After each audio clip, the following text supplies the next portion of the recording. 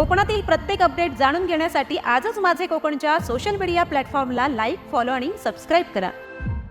रत्नागिरी जिल्ह्यातल्या खेड शहरातील ब्राह्मणआळीतील श्रीराम मंदिरात श्रीरामनवमी उत्सव मोठ्या उत्साहात आणि भक्तिमय वातावरणात साजरा करण्यात आला।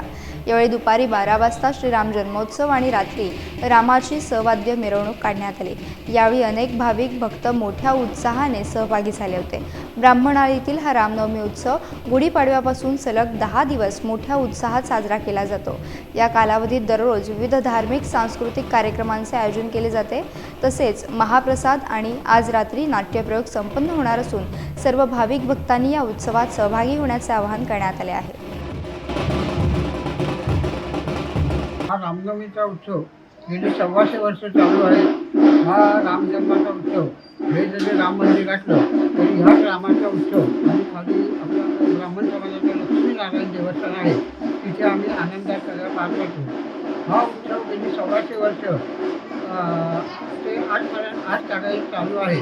पाडव्याच्या दिवसापासून रोज रात्री कीर्तन, भजन, आरती असा कार्यक्रम होतो सगळा। त्यानंतर आज रामजन्म झाल्यावर रात्री छबिना निघतो। छबिना झाल्यावर आमची देवळात गेल्यानंतर साधारण 2 ते 2.5 वाजता हा कार्यक्रम आजचा पूर्ण होतो। नमस्कार, जय श्रीराम। खेड येथे ब्राह्मणआळीमध्ये ब्राह्मण समाजाकडला रामनवमीचा उत्सव साजरा केला जातो। गुढीपाडव्यापासून सलग 10 दिवस हा उत्सव साजरा केला जातो। रोज रात्री भजन, कीर्तन, विविध प्रकारचे सांस्कृतिक कार्यक्रम, विविध स्पर्धा, पाककला आणि अनेक उत्तम असे कार्यक्रम इथे समाजामार्फत स्थानिक कलाकारांकडूनच केले जातात। रामजन्माच्या दिवशी सकाळी 12:30 वाजता रामजन्म असतो, दुपारी वसंतपूजा असते, संध्याकाळी एक कार्यक्रम असतो, रात्री देवाची रामाची पालखी निघते आणि वाद्यांसहित हा एक अनेक वर्ष गाजलेला हा उत्सव आहे।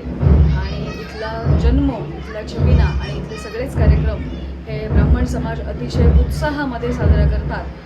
आणि अशा पद्धतीने 9 दिवस हा उत्सवाचा कार्यक्रम सुरू होतो। दुसऱ्या दिवशी महाप्रसाद असतो आणि रात्री एक विविध सांस्कृतिक कार्यक्रम किंवा पूर्वीपार जी चालत आलेली नाट्य परंपरा आहे ती गेली मधल्या काही काळामध्ये खंडित पडली होती, पण गेली 2 वर्षापासून परत आमच्या बाळगोपाळांनी, नाट्य कलाकारांनी ही परंपरा पुन्हा सुरू केलेली आहे। असं इथल्याच ब्राह्मण समाजाच्या बाळगोपाळांचं नाट्य 3 अंकी नाटक कलाविष्कार इथे सादर होणार आहे। अशा प्रकारचा हा 10 दिवसाचा उत्सव असतो आणि रात्रीचा कार्यक्रम झाल्यावर नंतर ललिताचं कीर्तन होऊन या उत्सवाची समाप्ती होते।